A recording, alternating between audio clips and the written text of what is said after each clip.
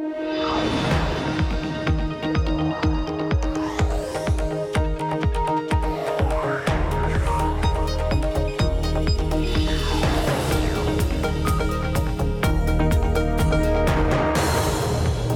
Emily Chang, and this is Bloomberg Technology. Coming up, Apple's cash stash continues to grow after a strong third quarter that beat on revenue, and that's before the launch of its most anticipated iPhone yet. I talked to CEO Tim Cook about the quarter, his thoughts coming up. Plus, Sprint continues its quest for the right partner, and Wall Street may be buying in. The struggling telecom posted its first profit in 3 years, despite a second straight quarter of subscriber losses. And Facebook's hardware ambitions, a device to bring its 2 billion friends even closer together using AI, and a standalone speaker to challenge Amazon and Google are in the pipeline. We'll discuss the first major products from its Building 8 lab. But first, to our lead, and that, of course, Apple. Apple surpassing 1.2 billion iPhones ever sold. Shares are popping in after-hours trading. The company reporting third quarter revenue of just under $45.5 billion. That is up 7% from the same quarter last year. Apple also issued revenue guidance for the fourth quarter that beat analyst estimates, and almost 2/3 of Apple's revenue is coming from international sales. I just got off the phone with Apple CEO Tim Cook. He told me, quote, "We're very happy to give guidance of $49 to $52 billion. We really like what we see for the beginning of the back-to-school season." Now, guidance is very important because it signals strong sales of new iPhones scheduled to be released later this year. And while Apple doesn't talk about future products, Cook reiterated to me that it appears more users are waiting than usual to upgrade in the hopes of a new iPhone due to increased media reports. He said, "It feels like the rumors are much louder and much more frequent this year than in the past, so we do believe that has created a pause. It's likely larger than previously." Joining me here in the studio, principal analyst Julie Osk, and from New York, Bloomberg Gadfly's Shira Ovide. So, Julie, Apple shares up more than 5% right now. Why? So I think there's a lot to look forward to here. On one hand, the smartphone market is going to grow by about 50% over the next 5 years, so there's a lot of upside in that market. But there's a lot more to come. There's a lot more to come with the smartphone living within a bigger ecosystem inside of people's homes. A lot of upside to come with things like virtual assistants and voice assistants when they launch their HomePod here in December. And then there's all of the services that they sell, whether it's Apple Pay or the content that they sell. The services business hitting an all-time quarterly record. He told me over the last 12 months, services has become the size of a Fortune 100 company. It's a milestone we had projected to meet, but not this soon. We couldn't be happier with how that business is going. Yeah, so I think they have to be happy about that. That's going to be an important revenue stream for Apple, just like it's going to be for some of its competitors as we look forward, as these other hardware markets begin to mature. Shira, what's your take on the broader Apple ecosystem? We focus so much on the iPhone, and we know that we're expecting a new iPhone in the fall, but everything else is also moving the boat, essentially. Yeah, I mean, I agree that it was impressive that in the third quarter, when you saw iPhone unit sales in particular be basically flat, that services, which are things like App Store downloads and Apple Music subscriptions, that rose very strongly. And so the big question for me is, can that services revenue continue to grow quickly even if iPhone sales don't, right? So how independent is services revenue from the iPhone? Okay, so on that note, everybody was focused on this revenue guidance because it may give some indication, Julie, of when the new iPhone will start being accounted for in their revenue. What do you make of it? Because on the one hand, services could make up for a greater portion of the revenue. On the other hand, that iPhone could come sooner than we think. Yeah, so I think, the services isn't going to move the needle that much in the near term. I mean, primarily, Apple is still a hardware company. 60 to 70% of their revenue still comes from the smartphone. That's still going to be their biggest category here in the foreseeable future. Let's talk a little bit about China. We saw a 10% decline year over year, but that decline is slowing. So last quarter, it was a 14% decline. When I talked to Tim Cook about China, he said, "The results are very encouraging. We thought we would improve some, but we improved a bit more. If you look at Mac sales in mainland China, we had a June quarter record. iPad results were strong. The services business is extremely strong. And the iPhone on a year-over-year basis in mainland China was essentially flat, similar to IDC's projection of the market. So we feel really good." Shira, what do you make of this? No matter what Tim Cook says, the most important question for Apple right now is how will the next versions of the iPhone sell in China? And at least from what I see, I don't see a lot of encouraging signs that this was the 6th quarter in a row that Apple had declining revenue in China. The technology market in China has changed just markedly since late 2014 when Apple got a big lift from iPhone 6 sales in China. And I don't know what the iPhone demand is in China for the next version of the iPhone. And to me, that's the biggest question hanging over the company. We do, of course, look at the rankings all the time, and there are those local brands that are now surpassing Apple in China. Yeah, so I think one of the things to look at is Apple still gets like 85 to 90% of the profits that are in smartphone hardware sales. And I think that's important because Apple's not trying to win the race to the bottom here. They're not trying to be, and they won't be ever, like the #1 smartphone maker in the world. I think the question becomes like, how well are they doing with China's, let's say, middle class or affluent, and those that can afford to buy more than one device or an ecosystem of devices, I think is one point. And then I think the second thing that will guide how well Apple does in China is how well do they do with services? How well do they do with the Chinese language and providing those services that the Chinese population wants? Something else, Shira, that is, of course, interesting is that with the new iPhone that we are expecting in the fall, whether it's called the iPhone 8 or the iPhone X, we could see a 4-digit price tag on the highest priced iPhone, the one that we are expecting will have an OLED screen. So even as competition in China is rising, the price is going up. Are consumers going to want to pay for it? I don't think anyone really knows what demand is going to be for an iPhone that is $1,000, $1,400 in that range. I mean, we're really talking about a brave new world here of iPhone pricing. Interestingly, some of the analysts in China who follow that market and who live in China say that, price is sort of an interesting signal that if it's expensive, then it's considered a luxury good and people might want it more. But I don't think anybody really knows what demand is going to be like for a $1,000 and up iPhone. I want to point out a couple of other things. One is that we saw iPad sales increase, Julie, and iPad and the state of the iPad has been a question. Also, Tim Cook pointed out to me enthusiasm for AirPods. Of course, this is a lower revenue product, but they are increasing their production capacity for it, and they're very optimistic. Yeah, I mean, there's been a 6 to 8 week wait to get AirPods since they were first launched. So, yeah, no, I mean, they should increase capacity, right? It's a good product. Yeah, the iPad market, I think, that's a bit harder because I think, everybody's trying to find a fit as a bit, from the business side, is it going to compete with something like the Surface or the Microsoft tablets? It doesn't quite have that functionality, but is it more than a device, for, entertainment and that lean back experience in the home?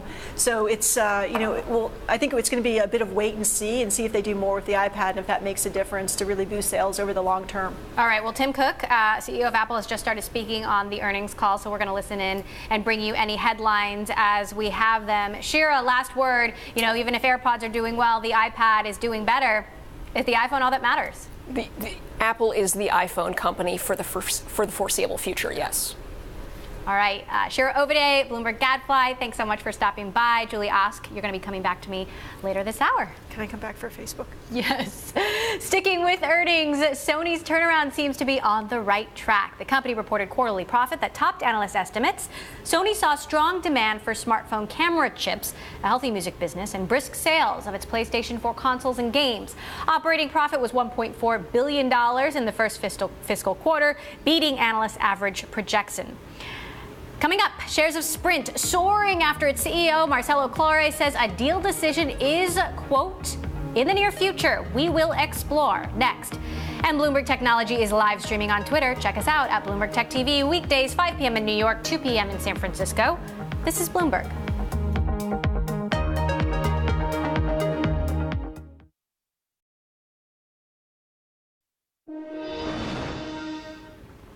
Paytm, India's largest digital payment startup, is said to be taking aim at WhatsApp. According to the Wall Street Journal, Paytm is preparing to introduce messaging into its app. The company is looking to expand its user base of 220 million. Earlier this year, Paytm raised $1.4 billion from SoftBank, the largest funding round from a single investor for the country's tech sector. Sticking with SoftBank, it is the parent company of Sprint, which reported earnings earlier today. The company overcame its second straight quarter of subscriber losses and posted its first profit in 3 years. Shares soared as much as 12% today. CEO Marcelo Claure saying a decision on a possible merger is, quote, close at hand during the company's earnings call. This in reference to Sprint's positive merger discussions with both T-Mobile and Charter Communications. Joining us now to break it all down, Bloomberg Technology's Peter Elstrom. So what does he mean, Peter? Well, in terms of the financial report, there were some positive signs here. As you mentioned, there was a profit finally after 3 years of losses. That was a step in the right direction. But the company did lose subscribers again. This is at the same time when all 3 of its competitors actually added subscribers. So in terms of the business, it seems like Sprint is continuing to struggle. What investors really took some positive notion from was this idea that finally Sprint was going to be able to reach some sort of agreement with one of the merger partners that it's been talking to. The question is who and exactly how that deal is going to get done. It's been talking with T-Mobile, of course. It's also been in discussions with Charter, as we've reported. So what are prospects for an actual deal? Well, it depends on how the deal is structured. It seems like quite a long shot. T-Mobile seems like a more reasonable deal. The 2 companies could merge. You'd combine the 2 wireless entities. You'd probably get a lot of cost savings out of the 2 businesses. A bigger challenge would actually be combining with Charter. Charter already has a market cap of more than $100 billion.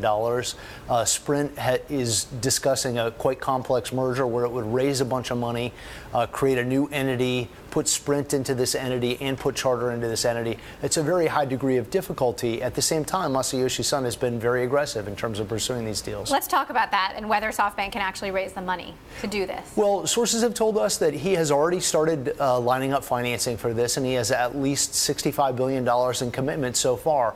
Remember, Japan's banks have been very compliant in terms of lending him money as he's gone on these deal hunting sprees. So it's possible that he could actually come up with the capital, even though it would obviously load a whole bunch more debt onto his balance sheet. So let's say a deal happens. How does that change the entire ecosystem? What are the new dynamics? Well, the idea, at least in theory, is that you would combine some of the cable infrastructure that you've got with Charter, some of the wireless infrastructure that you've got with Sprint, and you'd be able to deliver a whole range of new services, not just traditional cable or wireless services, but internet services on top of that that would go above and beyond what we have today. The question is whether you could actually execute that. Sprint, of course, went through a disastrous merger with Nextel in the past. Mergers are very hard to pull off, especially between fundamentally different businesses. So let's talk a little bit about leadership, especially if a deal with T-Mobile comes about. And obviously, we've seen the CEO, John Ledger, and Marcelo Claure, the CEO of Sprint, sparring very publicly. Who's going to run this company? Well, only one person gets to run it in the end.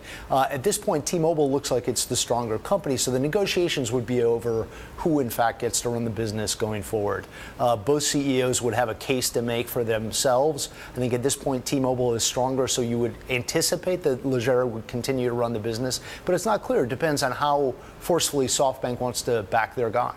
All right, Peter Elstrom, Bloomberg Tech in town from Tokyo. Thanks so much for that update. We're listening into the Apple call. Shares hitting fresh highs after hours, now up more than 6%, $159 a share. CEO Tim Cook just spoke about the strength of the iPhone. Take a listen. iPhone results were impressive, with especially strong demand at the high end of our lineup. iPhone 7 was our most popular iPhone, and sales of iPhone 7 Plus were up dramatically compared to 6S Plus in the June quarter last year. The combined iPhone 7 and 7 Plus family was up strong double digits year over year. 1 decade after the initial iPhone launch, we have now surpassed 1.2 billion cumulative iPhones sold.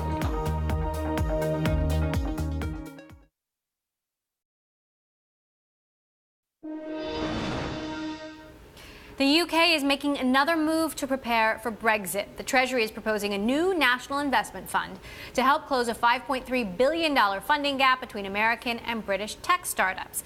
The fund would provide money and other incentives to the country's most promising startups. Almost 40% of all the funding for UK-based venture capital firms comes from the EU-backed European Investment Fund. And it's been some time, but Uber and Didi are once again going head-to-head, this time in Northern Europe. The Chinese giant is backing Estonia's Taxify with a financial investment and support on tech developments. The partnership is Didi's first major move into Europe and will give Taxify a boost to grow in cities across the continent. Joining us now from London, Bloomberg Caroline Hyde. So Caroline, how exactly will this work? It will work by pushing into 18 countries that Taxify is already prominent within. It's giving it money. We don't exactly know how much. There's reports of some 8-figure amounts being whirled around the market. We don't know how much money, but they're also going to be helping them with the technological developments at Taxify, which itself is only a 4-year-old startup, but already claims to have some 2.5 million users across 18 different countries. These largely are emerging markets at the moment. We're talking in Africa, the likes of Nigeria, Kenya, South Africa. They're also present across Eastern Europe, Romania, Hungary. But there are big ambitions to come right here in London, in the UK, also to push into Paris. So this is really about scaling and once again just taking the battle to Uber, which is in large part the #1 player in a lot of those countries. And of course, we've been covering the scandals at Uber ad nauseum, sexual harassment issues, culture clashes.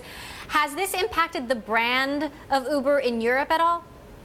I think it certainly has here in London. It's something that has been well noted. And I think the main problem is there isn't really a competitor that people have been able to switch to. Lyft doesn't exist outside really the United States. It's not here in London, that's for sure. So it wasn't an easy, obvious rival to go to that was of a similar price point. Instead, there are various apps that you can use different taxis on, for example. But I think the brand has been dented and maybe people will turn to a different organisation with ease. You've also, though, got a lot of regulatory issues when it comes to the UK, particularly London black cabs have been pushing back. In Paris, you've got the same. In France and notably in Germany has really been somewhere that Uber has struggled to make inroads. They've really had to only align themselves with official licensed taxi firms. They haven't been able to really dig deep into the usual means of anyone being able to drive a car and take people around. So the regulatory question is big here, I think.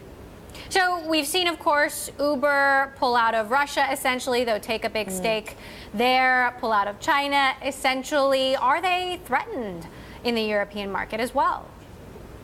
That's going to be a really interesting question. As you said, they partnered up with Yandex, but again, taking a minority stake in their combined venture, exactly in the same way that they did with Didi over in China. And it'll be interesting as to whether they have to scale back in Europe, in countries perhaps where they haven't managed to wheel a deal as well as they would have liked to, and particularly where there have been some regulatory hurdles. Just thinking back earlier this year, they had to pull out of Denmark, for example, because they said, look, the regulation that was about to come in didn't make it sensible for them to remain in that country.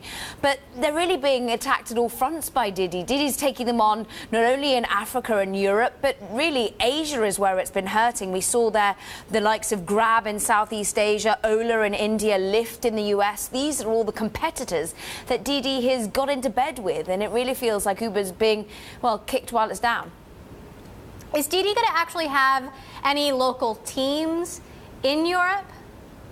That's something we've really got to get to the bottom of. As yet, that has not been reported. They seem to be just getting into bed with Taxify, which already has a team in Estonia and is, as I say, across 18 different countries. We'll have to see whether they set up shop in the United Kingdom. But as we understand, when they push into London later this year and indeed eyeing up the likes of Paris, I'm sure Taxify will indeed come, and maybe that's where some of the financial help coming from Didi will help. They will be able to put people on the scene, manage to hire teams. So it'll be interesting to see how much then Didi starts to come to play on this side of the Atlantic as well. So when do we expect to see the results of these new efforts to push into Europe? I think certainly this year. I mean, in the next few weeks, I understand that Taxify is going to be making a trip to the United Kingdom, so they could be already laying the groundworks, and we could certainly see the moves into these new countries coming thick and fast. Certainly this side of 2017 seems to be where the actually view is to expand, but at the moment it seems to be doubling down on already where they are prevalent within the 18 countries. As I say, they've got a big area that they want to expand into. If you're looking at being, as they claim, the number one in Europe and Africa. At the moment, they're number 2 to Uber. They want to become the number 1 player. That's a lot of ground that they've got to put into work, and 18 countries just doesn't quite suffice. So I'm sure that amount of money that we don't quite know exactly how much is will be being put to work ASAP. All right, Caroline Hyde, thank you much for that report. We'll see you later on in the show. Now, Uber is getting more competition in Bangkok. According to reports, Japan's Line is expanding its taxi service to the city. The company will start offering it by the end of the year. It'll team up with the Bangkok Taxi Cooperative Network and initially operate about 20,000 cars. Now, in today's revolving door, Tesla's director of battery technology, Kurt Kelty, has left the company. According to his LinkedIn, he joined Tesla in 2006, making him one of the longest-serving executives at the automaker. And Tesla is said to be overvalued. This, according to hedge fund investor David Einhorn. Einhorn, who is betting against Tesla stock, cited on a conference call that he is worried about the company's cash burn.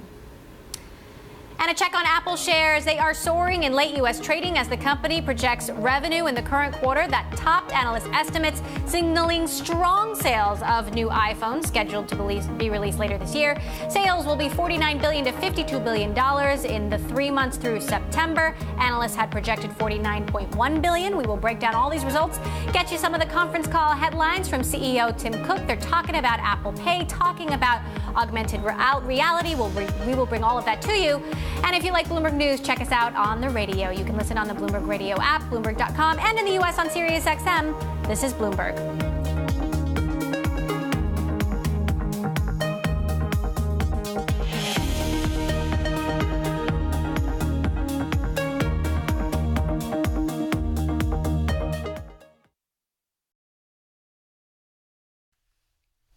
I'm Mark Crumpton in New York. You're watching Bloomberg Technology. Let's begin with a check of First Word News.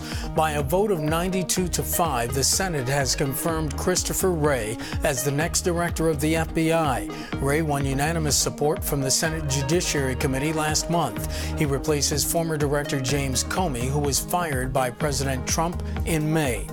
In the wake of recent tensions between Washington and Moscow, Secretary of State Rex Tillerson says he'll meet this weekend with Russian Foreign Minister Sergei Lavrov in Manila on the sidelines of a meeting of Southeast Asian foreign ministers. I think the American people want the two most powerful nuclear nations in the world to have a better relationship. I don't think the American people want us to have a bad relationship with a huge nuclear power. Nearly 500 suspects, including generals and military pilots, went on trial in Turkey. They're accused of leading last year's failed coup and carrying out attacks from an airbase in Ankara. Turkey blames followers of U.S.-based cleric Fethullah Gulen for the coup attempt and will try him in absentia. The failed coup killed at least 249 people last July. UN Secretary General Antonio Guterres is urging all Venezuelans to prevent further violence and push for political dialogue. More than 100 people have died in protests against President Nicolas Maduro. Two leading opposition figures were also taken from their homes Monday night, accused of violating terms of their house arrest. Global news 24 hours a day, powered by more than 2,700 journalists and analysts in over 120 countries. I'm Mark Crumpton. This is Bloomberg. It's just after 5:30 p.m. Tuesday here in New York, 7:30 Wednesday morning in Sydney. My colleague Paul Allen has a look at the markets. Paul, good morning. Good morning, Mark. Well, Nikkei futures looking positive in Japan and plenty to watch out of there today. Mitsubishi UFJ, for starters, reporting very strong results after the close on Tuesday. First quarter net income surging 53% to $2.6 billion. UFJ is already a third of a way to its full year target. Sony also profit beating $1.4 billion thanks to demand for smartphone camera chips and good demand for the PlayStation 4, and a lot more earnings out of Japan today as well from Japan Tobacco. Mitsubishi Corporation, and Mazda. Here in Australia, the ASX is looking kind of flat as earnings season ramps up here as well. Rio Tinto will announce after the close. That's expected to be a good result on a stronger iron ore price. And take a look at the Aussie dollar. That eased back on Tuesday's Reserve Bank of Australia statement. The cash rate held at 1.5% as expected, but the RBA getting a bit more aggressive on its jawboning for the currency. I'm Paul Allen in Sydney. More from Bloomberg Technology next.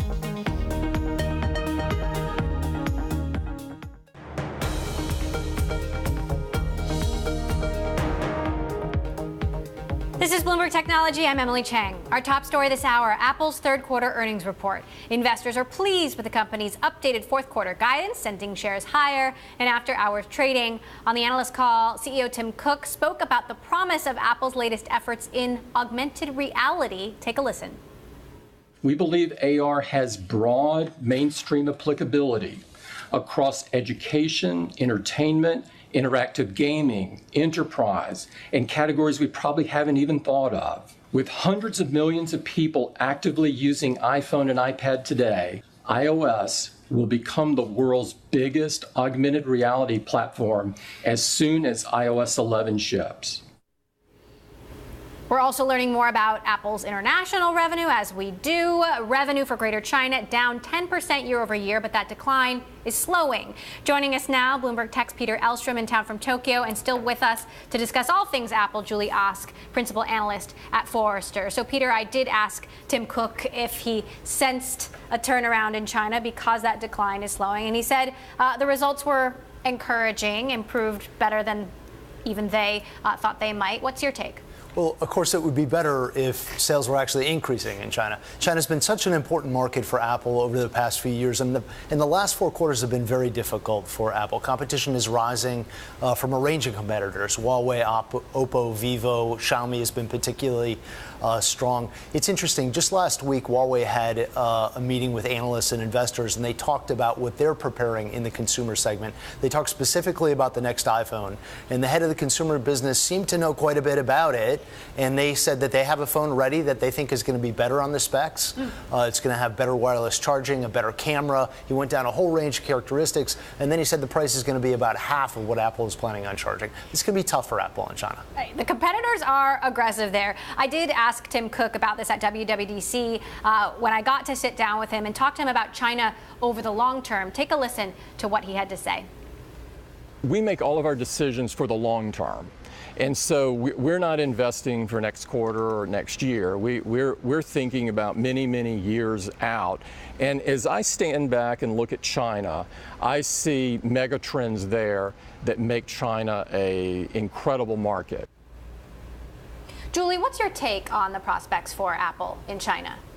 Yeah, so I'd have to agree with what Peter said as well. Is that it's it's a big market. I agree that they're investing for the long term, and I think it's always hard to compare them to some of the other competitors because more and more because they're certainly targeting a higher end of the market, and more it's going to be about the package of services, the quality of the voice services that come with it, and I think there's a lot of unknowns there. And what about India? I did ask Tim Cook when India is going to start picking up for China, and he said they are investing heavily there. He's very optimistic about that market. When will we see, a more measurable contribution? Apple's a tiny player in India right now. Their products are just too expensive for that market right now. They could get around some of the tariffs if they begin to do some of the assembly and manufacturing in the country.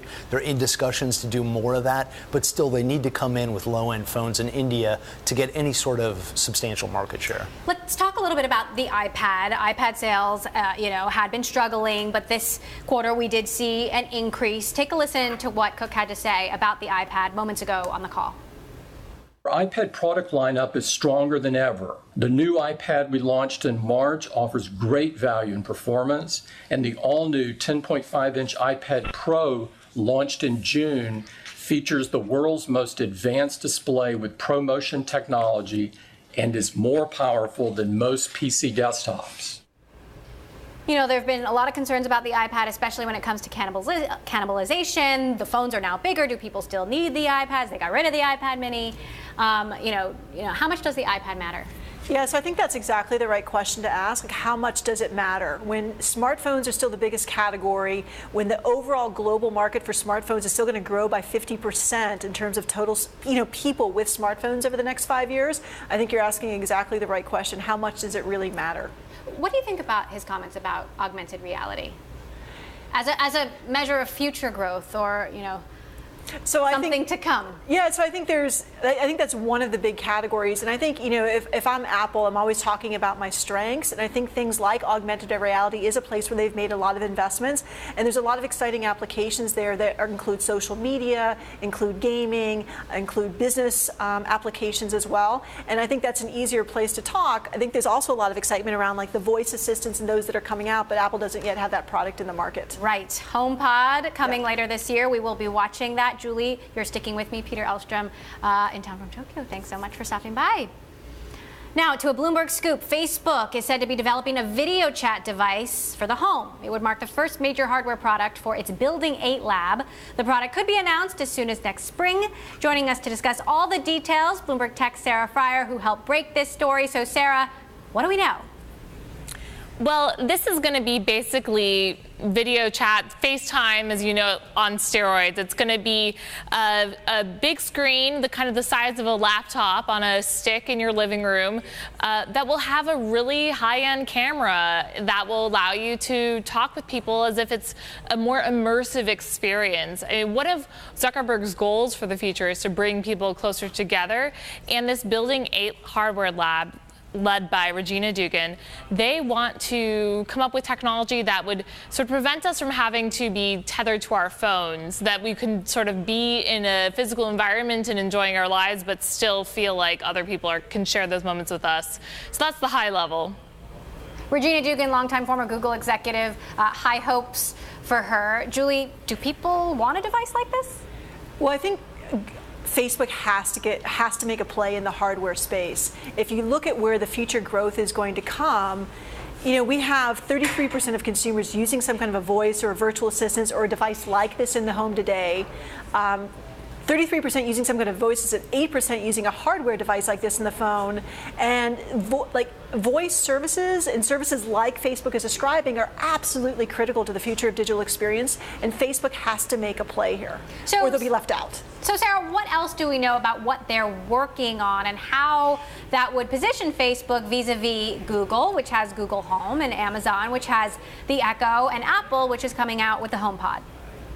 So first of all, this voice touchscreen device could get a lot more fancy. You could add a 360-degree camera. The camera they're currently working on has this sensor technology that can lock in on things that move. So say if your grandmother is calling in to talk to your kid, he can hold up a painting and the camera will follow it. The other thing that Facebook is working on is something similar to the Google Home and Alexa devices you were talking about, just a more simple speaker that can use the Facebook-powered AI assistant that they've been working on. So that's sort of a lower-end device, but we've heard from our sources that kind of thing could be killed considering the competition in the market right now.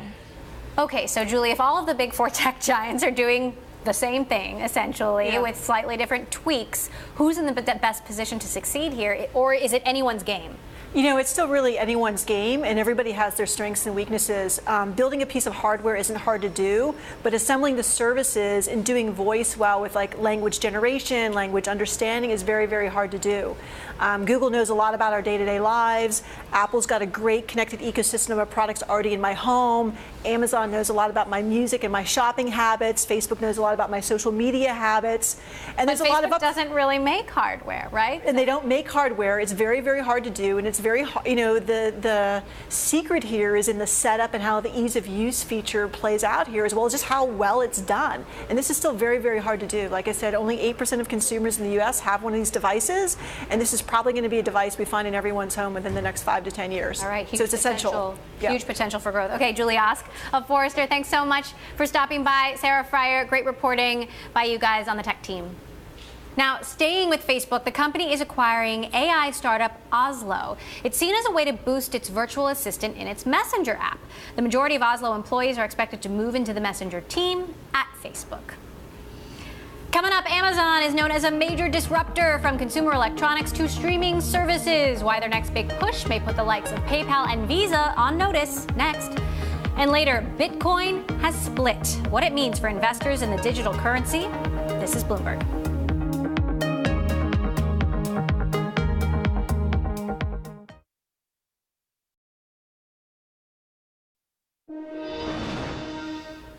Now to a stock we are watching. Canadian e-commerce platform Shopify soared today and hit a record high. That's after the company beat analyst revenue estimates for a 9th straight quarter. The company booked over $150 million in sales, beating the average analyst estimate of $144 million. Shopify's growth comes as spending continues to shift from physical stores to online retailers. Well, Amazon has been on the disruption path for some time now, as we were just discussing, from its shift into consumer electronics, pitting it against Apple and Google, to the $13.7 billion acquisition of Whole Foods to push further into groceries. What's next in Amazon sites? Well, according to Sanford C. Bernstein senior research analyst Lisa Ellis, it could be payments, as the e-commerce giant further promotes Amazon Pay, its service for making payments online and on mobile. Joining us now to discuss from New York, Lisa Ellis herself. So Lisa, tell us about Amazon's efforts in payments and what it all means. Yes, absolutely. So, Amazon, the real risk here to the incumbent payments players like Visa and PayPal and MasterCard is that Amazon decides to build its own PayPal, similar to how PayPal was built off of the eBay platform and Alipay was built off of the Alibaba platform. Both of those separate payments entities now have over $70 billion in market cap and are pretty formidable players on the payments stage. So that's the real risk. And the reality is Amazon both has more of the capabilities to do that and is further down the path to doing that than you might think.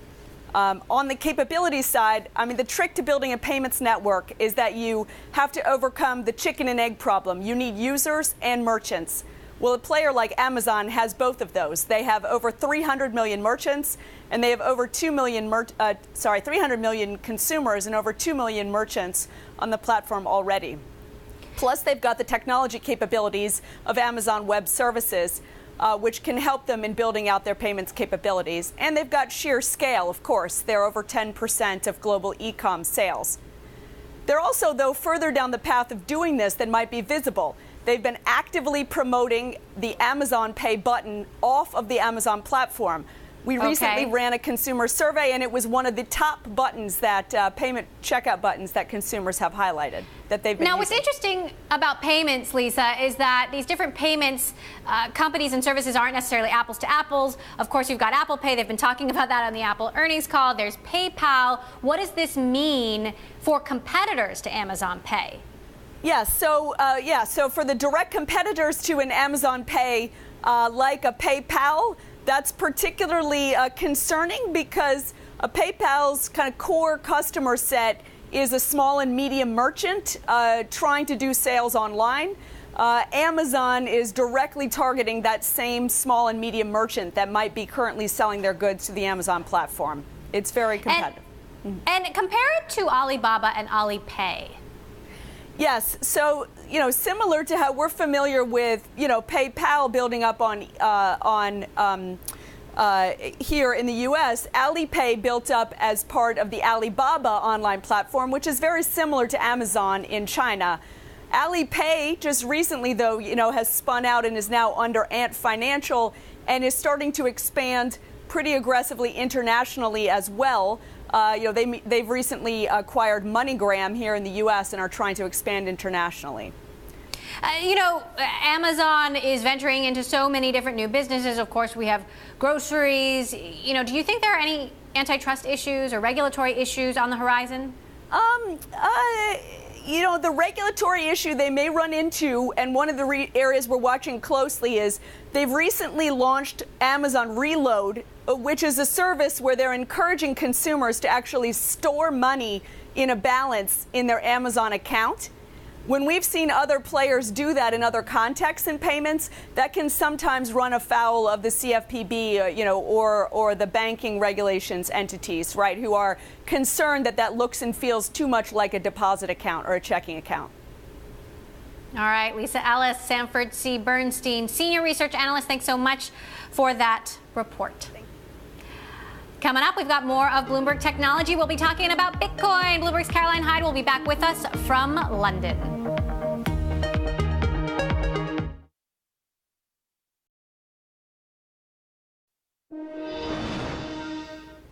Apple CEO Tim Cook taking questions on the investor call. Take a listen to what he just had to say about job creation in the United States.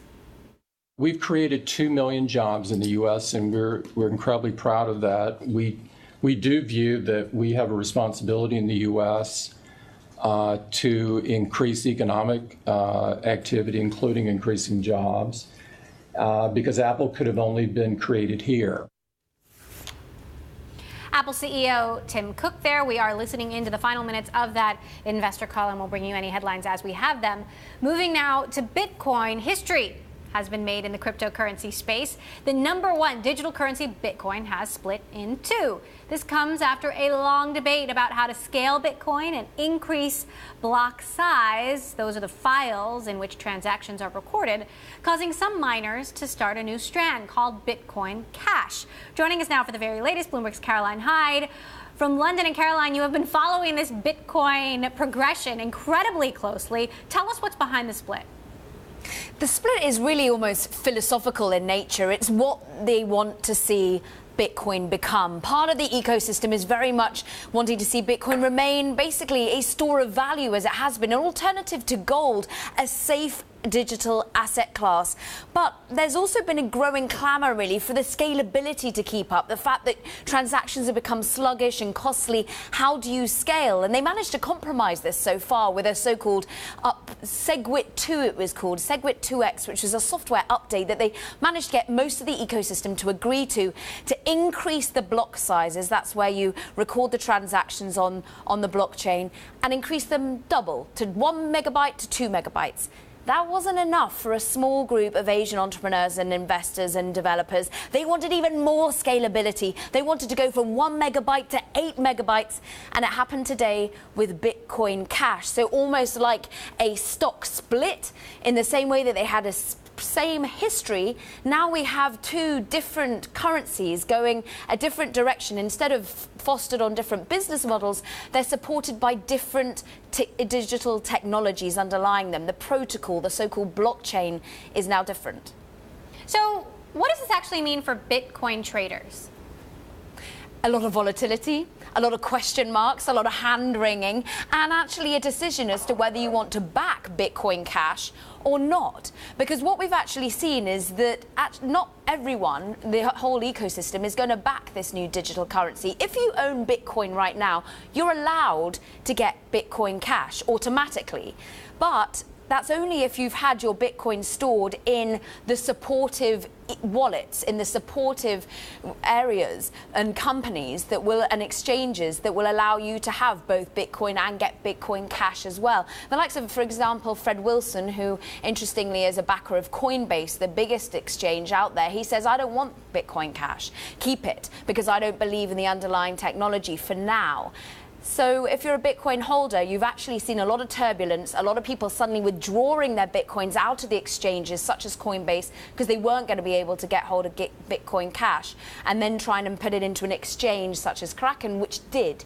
So I think for the time being, you're seeing a lot of people just trying to work out where the prices go. I can tell you that about 3 hours ago, the first Bitcoin Cash, the new digital currency, was mined, and at the moment it's trading at about just 1/10 of the price of Bitcoin original.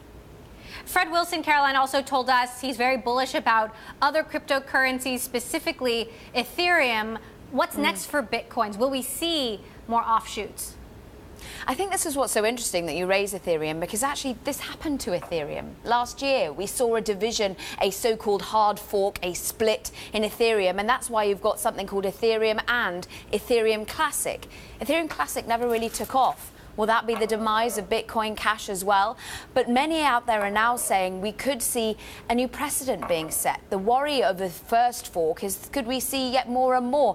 We now got a new, more penetrable Bitcoin. Many felt that overall this was the joy of Bitcoin, that it was immutable. Now that's been undone. So that's the key question. Could this keep on happening? The key is, though, that the strongest will survive. All right, Caroline Hyde for us there in London. Thanks so much, Caroline, for that Bitcoin report. We've been listening into the Apple earnings call. Someone just asked a question about cars, the Apple Car project. Tim Cook saying Apple is making a big investment in autonomous systems, and he adds that autonomous systems mean more than just cars. He's expanding there on something that I asked him about back in June at WWDC. A little bit more of a hint about what it looks like under the hood of Apple's autonomous and car ambitions. That does it for this edition of Bloomberg Tech. We are live streaming, of course, on Twitter. Have a wonderful day.